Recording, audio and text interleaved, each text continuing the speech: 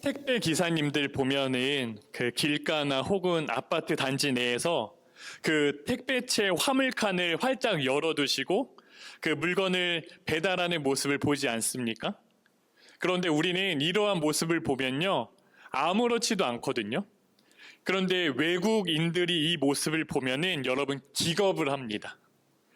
한 외국인이 택배차 화물칸이 그렇게 활짝 열려있는 사진을 자기 한국 친구에게 보내면서 이렇게 말을 했어요. 복도는 진짜 한국 땅이 맞다. 이렇게 얘기를 하는 겁니다. 아니 그게 무슨 말이야 말하니까, 봐봐, 한국 사람들은 다른 사람 물건에는 저렇게 관심이 없잖아. 이러한 사람들이 남의 땅을 자기네 땅이라고 우길 리가 없다라는 겁니다. 여러분, 이 사진이 인터넷에서 엄청 화제가 됐거든요. 저도 이걸 보고 한참을 웃었어요. 왜냐면은 정말 그렇잖아요. 여러분, 우리나라 택배 기사님들 트럭 문을 다 활짝 열어놓고 그 안에 택배가 가득 쌓여 있는데도 배달 다녀오시거든요. 왜요? 일일이 문 닫고 열고 그 하는 시간조차 아깝다라는 겁니다. 그 시간을 아끼려고 그러시는 거거든요. 심지어 어떤 외국인은 뭐라고 말하냐면은 자기가 그 택배차 옆에 가만히 서 있었는데도 문을 열고 그냥 가셨다라는 거예요. 외국 같으면은 그 택배가 다 없어진다라는 겁니다. 다 가지고 간다라는 거예요. 배달하는 분들 여러분, 요즘에 많잖아요. 그런데 배달하실 때 어떻게 합니까? 그냥 키도 꽂아놓고 시동도 걸어놓고 이렇게 쌩 올라가지 않습니까? 음식 가져다 주러. 그거를 보면 기겁을 하는 거예요, 외국 사람들은. 이렇게 하고 가면은 외국에서는 그냥 오토바이 타고 도망가 버린다라는 겁니다. 그러니 외국 사람들이 볼 때는 우리나라 이러한 일들이 문화 충격인 거예요. 여러분, 이상하지 않으세요? 우리가 같은 모습을 봐도요, 한국 사람들은 그냥 태연하고 아무렇지 않거든요. 그런데 외국 사람들은 완전 기겁을 하는 겁니다. 여러분, 이게 뭐가 다른 겁니까? 그 눈앞에 보여지는 상황이 다른 겁니까? 아니요. 여러분, 보는 눈이 완전 다른 겁니다. 우리가 같은 것을 봐도요, 누가 보느냐에 따라서 완전히 여러분 다르게 보이는 거예요. 그런데 여러분, 성경을 보면은 예수님을 보고도 똑같은 일이 벌어집니다. 여러분, 우리가 지금까지 마가복음 성경을 쭉 읽어오지 않았습니까? 여러분, 한번 가만히 생각해 보세요. 예수님이 처음에 세리 레위를 부르셨죠, 제자로. 레위가 벌떡 일어나서 예수님을 따라가지 않습니까? 그런데 그 모습을 본 서기관들이 뭐라고 하죠? 저 사람이 세리 죄인이랑 같이 둘러앉아서 밥을 먹는다라고 막 시비를 걸지 않습니까? 그리고 예수님이 여러분 안식일에 손 마른 사람을 고쳐주지 않습니까? 그런데 바리새인들은요, 그거를 보고 예수님을 죽이려고 모의하기 시작을 했습니다. 여러분, 또 예수님이 귀신을 내쫓으시니까 병든 사람들은, 그리고 병 들린 사람들은 구름대처럼 예수님을 찾아왔거든요. 그런데 지난주 말씀에 예루살렘에서 내려온 율법 학자들은요, 저 사람이 바알세불에 들렸다, 귀신 들려가지고 저렇게 기적을 일으키는 거라 모함을 하지 않습니까? 여러분 보세요. 같은 예수님을 보는 거거든요. 예수님 말씀하시는 모습 다 같이 받고 그 자리에 있었습니다. 그런데 여러분, 누구는 예수님을 따라 나서는 거고요, 누구는 예수님을 죽이려고 하는 거예요. 같은 예수님을 봤는데 왜 이렇게 여러분 반응이 갈리는 겁니까? 여러분, 오늘 우리 본문은 그 씨 뿌리는 자의 비유입니다. 우리가 교회 안 다니는 사람도 이 본문은 알 정도로 정말 유명한 말씀이거든요. 씨 뿌리는 자가 씨를 뿌리러 밭으로 나갔습니다. 그런데 여러분, 뿌리다 보니까 어떤 씨는 길가에 떨어지고 새들이 와서 먹어버리는 거예요. 여러분, 또 어떤 씨는 돌짝밭에 떨어졌어요. 흙이 얕으니까 싹은 나긴 하지만 금방 뜨거운 태양볕에 타버리는 겁니다. 어떤 씨는 가시가 많은 곳에 떨어졌습니다. 그러니 싹이 나도 가시덤불이 다 막아서니까 열매를 맺지 못하는 거예요. 그런데 어떤 씨는 좋은 땅에 떨어져서 30배, 60배, 100배의 열매를 맺었다. 여러분, 제가 말씀을 읽는데 여러분, 제가 이런 생각이 드는 겁니다. 아니, 씨 뿌리는 사람은 왜 길가에다 씨를 뿌리고 돌밭에 가서 뿌리고 가시밭에 뿌렸을까? 제가 이 생각이 드는 거예요. 왜냐하면 제가 어르신들 방문하는 일 하지 않습니까? 농작물을 심기 이전에 그 땅에 있는 풀 다 뽑고 돌 다 골라내시고 완전히 열매 잘 맺는 좋은 땅으로 개간을 해 놓으시고 그때 이제 씨를 뿌리거나 모종을 심으시거든요. 근데 오늘 말씀에 나오는 씨 뿌리는 자는 그냥 아무 곳에 가서 다 뿌리는 겁니다. 당연히 그러한 밭에 떨어지면 열매 맺기가 어렵죠. 씨가 아깝게 왜 그러는 걸까? 이러한 생각이 제게 드는 거예요. 그래서 제가 고대 팔레스타인 그 농사에 대해서 조금 찾아보고 공부를 했습니다. 그런데 여러분, 우리랑 농사를 짓는 순서가 많이 다르더라고요. 여러분, 우리는 어떻게 합니까?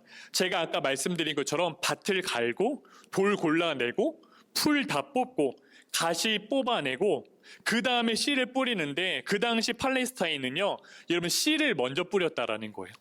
그리고 나중에 밭을 갈아주고 흙을 덮어주는 겁니다, 씨앗을.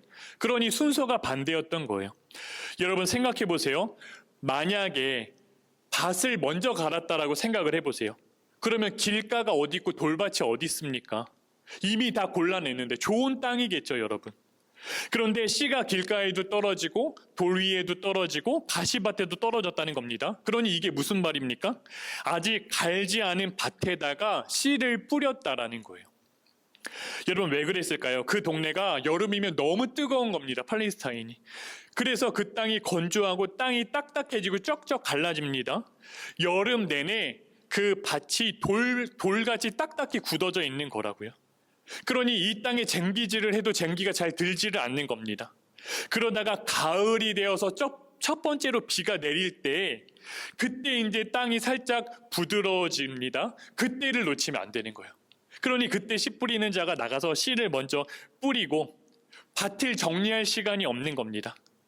그리고 그 당시 쟁기가 지금처럼 막 좋아가지고 땅을 깊게 팔 수 있는 것도 아니고요. 땅을 그냥 흩트는 정도인 거예요. 땅을 살짝 긁어내는 정도인 겁니다. 그러니 쟁기질이라는 게 땅을 개간하는 게 아니라 이렇게 뿌려놓은 씨 있죠. 그걸 살살 흙으로 덮어주는 정도인 겁니다. 새가 먹지 못하게끔 덮고 바람에 날아가지 못할 정도로만 살짝 덮어두는 거예요. 그러니 여러분 어떻겠습니까? 씨를 밭 전체에다 확 뿌리면 밭 가장자리 길가에도 떨어지는 거고요. 흙 밑에 숨어있던 돌 있죠? 그 돌 위에도 떨어지게 되는 거예요. 작년에 가시뿌리가 남아있던 자리에도요, 그 씨가 다 떨어지게 되는 겁니다. 이거를 피할 수가 없는 거예요. 여러분, 씨 뿌리는 사람은요, 그러니 씨를 갖고 나가면은 어디가 좋은 땅이고 나쁜 땅인지 알고 골라서 씨앗을 뿌리는 게 아니라 밭 전체에다 뿌리는 거라고요.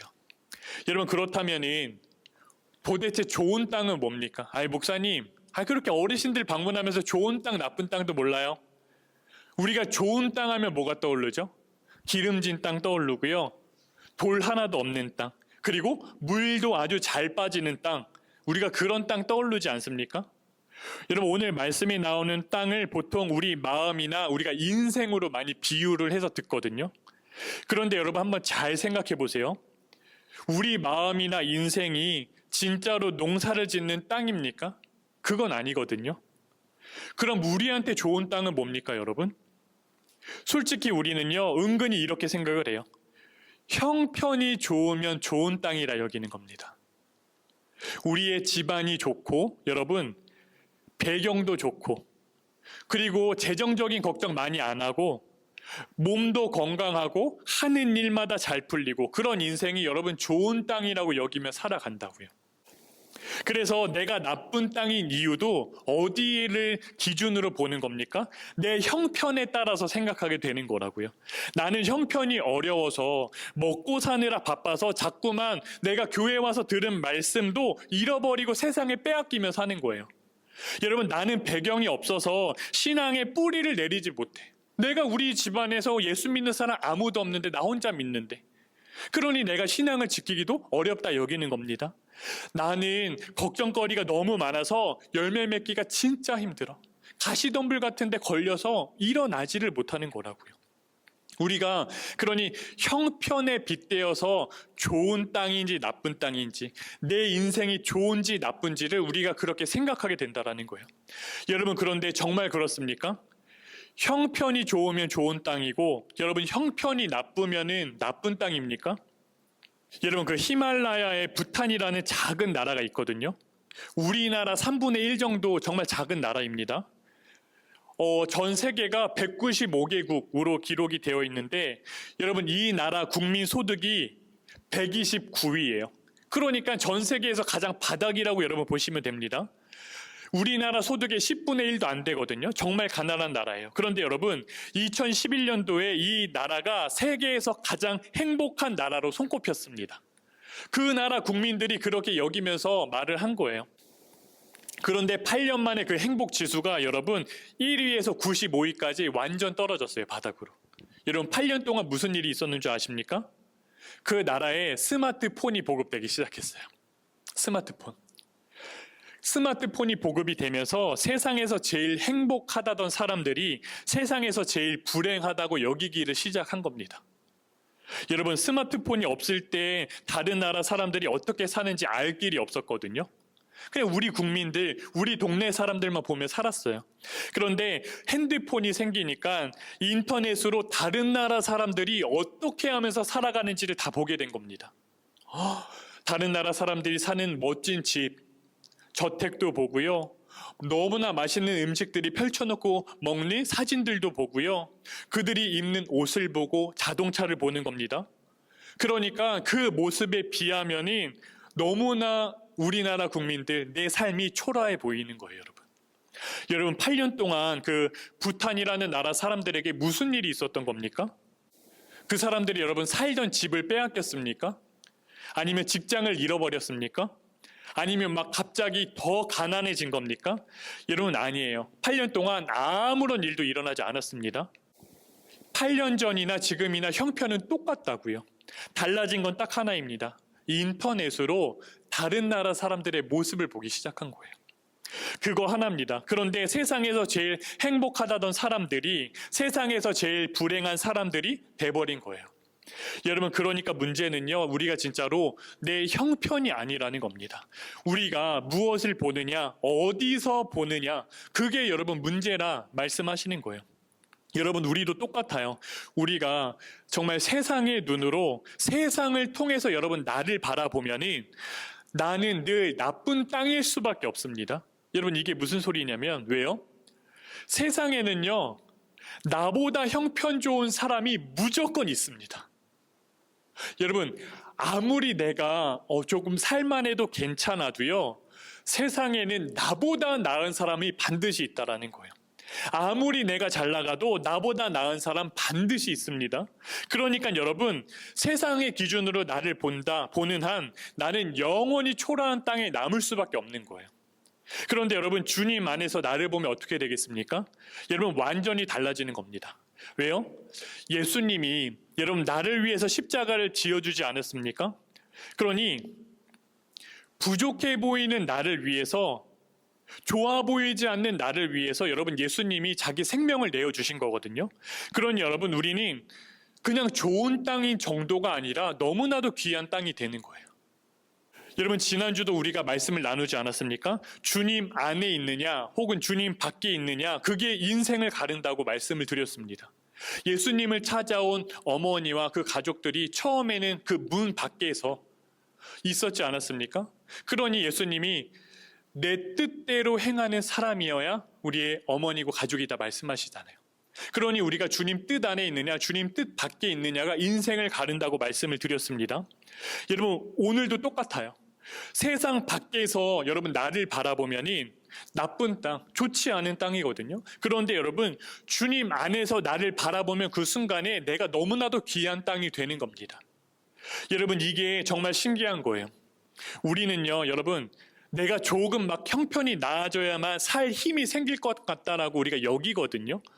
그런데 이것만 해결되면 내가 조금 살겠는데, 이 문제만 해결되면 내 숨통이 조금 트이겠는데 여기는데요. 그런데 전혀 그렇지가 않다라는 거예요, 여러분.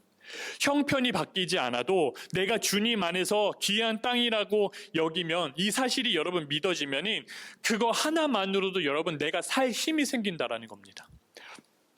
여러분, 제가 청소년 사역을 했잖아요. 청소년부는 선생님들이 정말 중요합니다.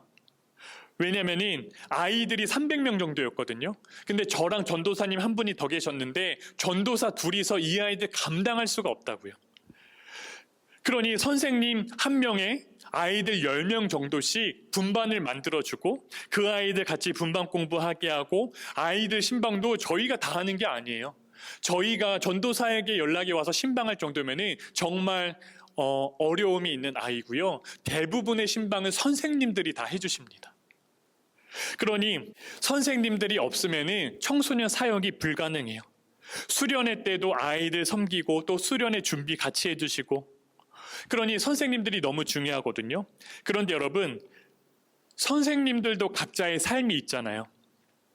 직장에 다니시고 또 가정에서는 내가 아빠이고 엄마이고 또 청년 선생님들은 어떻습니까? 취업 준비하는 청년들 계시고요. 대학교 다니는 선생님도 계시고 그러다 보면은 그 각자의 삶 가운데 어려움이 찾아오거든요.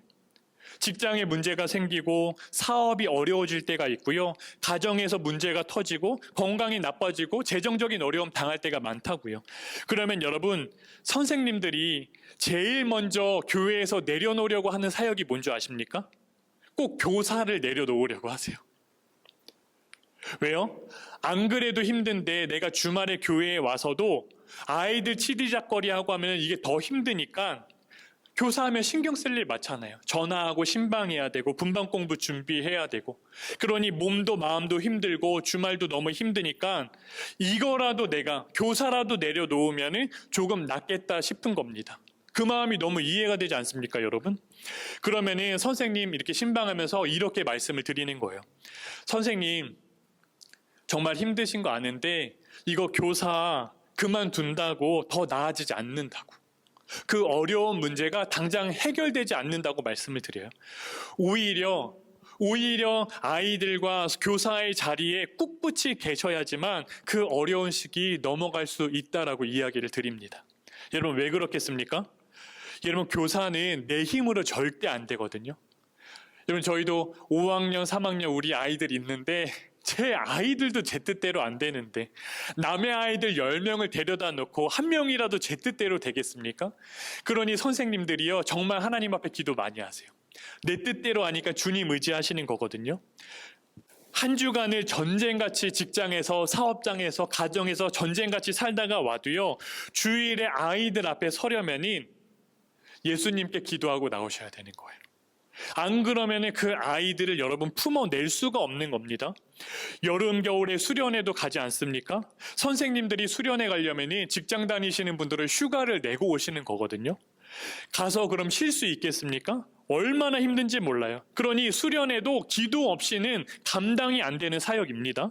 그런데 여러분 그렇게 아이들이랑 고생하고 막 예수님 붙잡고 예배하고 막 뜨겁게 찬양하고 기도하고 돌아오면은 그 힘들다고 하셨던 선생님들도 얼굴이 달라지는 거예요. 당연히 피곤하고 힘들죠. 그런데 얼굴이 눈이 밝아요. 그 힘으로 여러분 여름에 수련회 잘 끝내면은 겨울까지 가시는 거고요. 겨울에 수련회 가서 그렇게 은혜 받고 돌아오시면 또 여름까지 그 은혜 갖고 살아내시는 겁니다. 그래서 청소년 그 교사로 섬기는 자리가 귀하다라고 말씀을 드리는 거예요. 왜요? 내가 삶 가운데 무너져도 이 아이들 위해서 예수님 붙잡고 기도해야 되잖아요. 그러니 교사라는 자리가 다시 일어날 장치가 되는 겁니다. 여러분 지금 내 땅이 어떻게 보이십니까? 여러분 나빠 보이세요? 여러분 그래도 괜찮아요. 걱정하지 마세요. 왜냐하면은 오늘 말씀에 보면 씨 뿌리는 자는요 좋은 땅만 골라서 씨를 뿌리지 않으셨다는 거예요. 길가에도 여러분 돌밭에도 가시밭에도 다 씨를 뿌리셨습니다. 여러분 그 말이 뭡니까? 지금 나빠 보이는 내 땅에도 내 인생 가운데도 여러분 이미 생명의 복음이 뿌려졌다라는 거예요. 예수님이 이 씨앗이 뭐라고 말씀하시냐면 곧 말씀이라고 말씀하십니다. 여러분 우리의 삶이 다 공고하고 여러 가지 밭의 모양을 갖고 있지만 이미 주님께서 다 생명의 씨앗 말씀을 다 던져주셨다라는 거예요. 그러니 나를 포기하지 않으셨다라는 말과 동일한 겁니다. 여러분 생각해 보세요. 추수가 끝나고 한 해가 지나가면 그 밭이 어떻게 됩니까? 팔레스타인 그 땅은요, 사람들이 마구마구 밟고 지나갑니다. 그러니 밭이었는데 갑자기 중앙에 길이 나는 거고요. 여러분, 사람들이 계속 밟고 지나가면 어떻습니까? 딱딱해지고 밑에 있던 돌이 올라오고 돌 밖으로 쳐내잖아요. 그렇게 돌밭이 되고 딱딱하게 굳어지는 거예요. 여러분, 이게 우리 인생 아닙니까? 한 해 한 해 살다 보면 우리 마음 어떻게 됩니까? 그 한 가지 해결되지 않는 것 때문에 마음이 딱딱하게 굳어진다고요. 여기저기 내 인생 가운데 걸림돌이 생기는 거고요. 막 근심 걱정되는 가시 같은 덤불 같은 것들이 내 인생을 막 이렇게 가로막습니다. 아무리 뽑아도 다시 나지 않습니까? 내 힘으로는 도저히 안 돼요. 그런데 여러분, 그 딱딱해진 땅을 주님이 그냥 내버려 두지 않으신다라는 거예요. 파종의 때가 되면은 여러분 반드시 그 밭에 주님이 다시 찾아오셔가지고요, 씨를 뿌리시고 갱기로 그 굳은 땅을 살살 갈아 엎으신다라는 겁니다. 가시 뿌리를 뒤집으시고 흙을 덮어가지고 기어이 그 땅 가운데 열매 맺게 하신다라는 거예요. 여러분, 우리는 밭입니다. 우리는 밭이에요. 여러분, 밭이 스스로 좋은 땅이 될 수 있겠습니까? 그럴 수 없어요. 돌을 골라내는 것도요, 여러분 가시를 뒤집는 것도요, 그 씨를 뿌리는 것도 다 농부가 하는 일입니다. 우리가 하는 일은 그러니 여러분 딱 하나입니다. 뭡니까? 우리가 그 자리에서 주님 곁에서 씨 뿌리는 주님을 그냥 기다리는 거예요. 여러분, 이게 은혜라는 겁니다. 내가 여러분 좋은 땅이 되려고 막 발버둥 치는 게 아니라 나를 포기하지 않고 씨 뿌리시는 그 주님을 온전히 우리가 신뢰하며 나가는 겁니다. 여러분, 그게 은혜라는 거예요. 여러분, 함께 사역하던 그 전도사님이 그 희귀병을 앓고 있었거든요. 여자분이세요. 같이 그 청소년 사역했던 전도사님이십니다. 그 염증이 온몸에 혈액을 타고 돌아다니는 병 있죠? 그 병이거든요. 그런데 하필 임신 중에 그 염증이 눈으로 올라온 겁니다, 여러분. 그러니 병원에서 선생님이 뭐라고 말씀하셨냐면은 눈하고 아이 중에 둘 중에 하나 선택하라는 거예요. 여러분, 이게 무슨 말입니까? 어머니에게 눈과 아이 중에 선택하라면 그걸 어떻게 선택을 합니까? 한참 기도하고 있는데 병원에서도 좋은 소식이 왔어요. 그나마 다행인 게 뱃속의 아이가 어느 정도 자랐기 때문에 그 제왕절개로 출산할 수 있다라는 겁니다. 그런데 여러분, 다 자라지도 못한 아이, 그 미숙아를 배에서 꺼내야 되는 거거든요. 엄마로서 이게 얼마나 속상합니까? 10달을 다 품고 싶은 게 다 엄마 마음 아닙니까? 그런데 이분이 우리 교육 목사님 찾아가지고 뭐라고 말씀하신 줄 아세요? 목사님, 저 정말 다행이에요. 내가 이거 질병 때문에 하는 제왕절개라서 의료보험이 다 된대요. 이렇게 말씀을 하셨다는 거예요. 그 목사님이 어이가 없는 거예요. 울고불고 난리쳐도 시원치 않을 판에 제왕절개 수술이 의료보험이 된다라고 하는 게 그게 좋다고 와서 말씀을 하는 거거든요. 그래서 목사님이 샘부나 그게 좋냐? 그게 좋아? 물어보니까 목사님 뭐라고 말씀하시냐면은 목사님 좋은 건 아닌데 그래도 감사한 일이잖아요 라고 말씀을 하셨다는 거예요. 여러분, 우리가 세상의 눈으로 보면은 이보다 더 캄캄한 상황이 없습니까? 어디에 있습니까? 이보다 더 나쁜 땅이라 여겨지는 상황이 어디 있냐고요. 그런데 여러분, 이 전도사님은 그 자리에서 감사를 보는 거예요. 감사를. 지금도 그 아들 지우가 너무나도 잘 자라고 있어요. 전도사님도 건강하시고요. 여러분, 전도사님과 뱃속의 아이, 그 당시에 뭐 형편이 바뀌었던 겁니까? 아니에요. 여러분, 상황은 그대로였다라고요. 좋지 않았습니다. 그런데 여러분, 뭐가 달랐던 겁니까? 보는 자리가 다른 겁니다. 보는 자리가 다른 거예요. 세상의 눈으로 보면은 저 엄마 너무 불쌍하다. 저 애도 불쌍하다. 원망되는 자리가 되는데요. 여러분, 주님 안에서 보니까 그 자리에서도 여러분 감사가 보이는 겁니다. 여러분, 오늘 우리는 정말 어떤 마음으로 살아가고 있습니까? 지금 삶의 자리가 나빠 보일 수가 있어요, 여러분.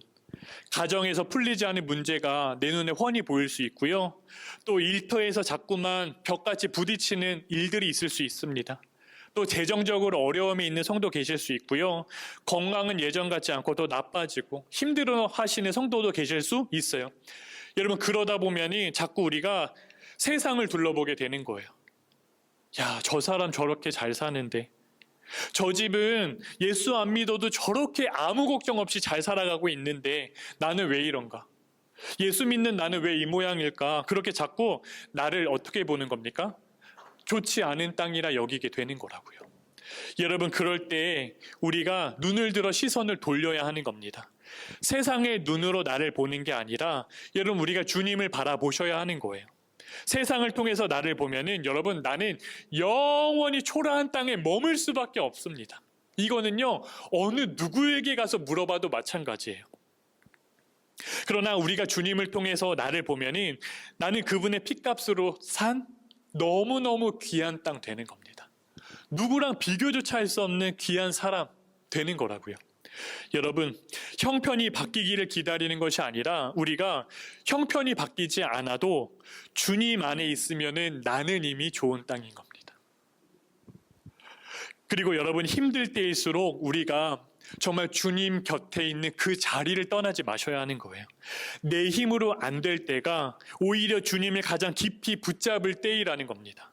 여러분, 힘들어서 이제 교사 내려놓겠다고 하시는 선생님들께 교사 내려놓으시면 안 됩니다. 말씀드리는 이유가 선생님 없으면 전도사들이 힘들까봐 여러분 그런 겁니까? 목사님 힘들까봐? 교회 힘들어질까봐? 여러분, 그래서 악착같이 막 교사 때려치면 안 된다고 붙잡는 걸까요? 여러분, 그거 절대 아닙니다. 여러분, 그거 절대 아니에요. 여러분들도 교회에서 이렇게 맡은 일 있을 때 누가 부탁을 할 때 그만두지 말라고 막 하는 거 내가 대신 안 하려고, 나 편하려고, 여러분 그런 게 절대 아닙니다. 여러분, 힘들지만, 우리가 정말로 힘들지만 교사의 자리에 있으면은 주님을 보게 되니까. 우리가 교회에서 맡은 일 있죠. 교회에서 섬겨야 하는 일 있잖아요. 그런데 그 일이 힘들지만 그 일을 통해서 우리가 주님 곁에 붙어 있게 되는 거라고요. 주님 의지하게 되니까 그렇게 말씀을 드리는 거예요. 이 자리로 계셔야 된다고. 그래야 넉넉히 넘어갈 수 있는 힘이 있다고 말씀드리는 겁니다. 여러분, 아이들만 중요합니까? 절대 아니죠. 교사, 사역하시는 선생님들도 하나님 눈에는 너무너무 중요한 거라고요. 그러니까 그 자리에 견뎌달라고, 그 자리에 주님 의지하며 함께 서자고 그렇게 말씀을 드리는 거예요. 여러분, 그러므로 우리로 내 힘으로 안 되는 그 자리에서 우리가 예수님을 붙잡으면은 여러분, 무너져도 다시 일어나게 되는 겁니다. 여러분, 씨 뿌리는 자는 오늘도, 예수님은 오늘도 여러분의 그 마음밭을 떠나지 않으신다라는 거예요. 지금 이 순간에도 여러분의 가정에, 또 여러분 그 일터에, 그 나빠 보이는 그 마음밭에 여러분 주님은 계속해서 씨를 뿌리시는 거예요. 계속해서 말씀을 던져주시는 겁니다. 예배 시간의 말씀으로, 또 내가 있는 성경 펼쳐서 읽을 때 눈으로 읽는, 내 입술로 고백하는 그 말씀 계속해서 우리의 마음에 던져주시는 거라고요. 그러니 그 자리에서 우리가 주님을 기다리는 거예요. 주님 곁에 머무르셔야 하는 겁니다. 그러면 그분 안에, 내 안에 심긴 그 씨가요, 반드시 여러분 30배, 60배, 100배의 열매 맺는다 하시는 거예요. 우리가 상상할 수도 없는 놀라운 생명의 은혜가 주님으로부터 우리의 마음 가운데 심겨지고 열매 맺게 되는 겁니다. 바라기는 여러분, 우리 각자의 삶의 자리에서 정말 세상을 향하던 눈을 돌이켜서 주님을 바라보고 나빠 보이는 그 땅에서도 정말 나 한 사람, 세상은 다 나를 포기해도 나 절대 포기하지 않으시는 주님을 붙잡아 우리가 참된 그 생명을 누리시게 되기를 주님의 이름으로 축복을 드립니다.